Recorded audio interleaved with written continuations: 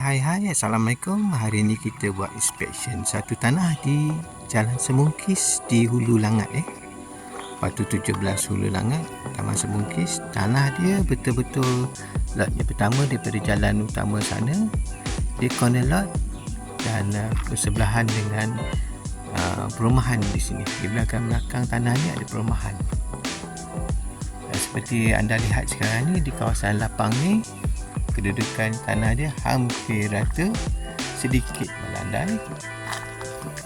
Dan kita tengok kat sini, tanah di corner lot di tepi jalan. Keluasan tanah adalah 0.88 ekar atau hampir dengan 1 ekar. Kategori tidak dinyatakan. Dan satu kelebihan kat sini, dia adalah betul-betul di lot yang pertama tepi jalan Semungkis, dan boleh dipecahkan kepada beberapa biji rumah.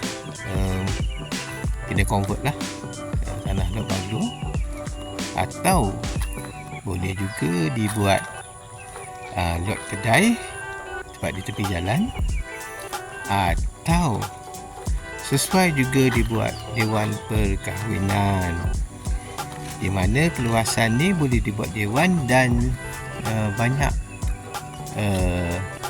kereta-kereta tetamu boleh diletak di kiri kanan jalan dan banyak ruang kat sini. Hai, ya.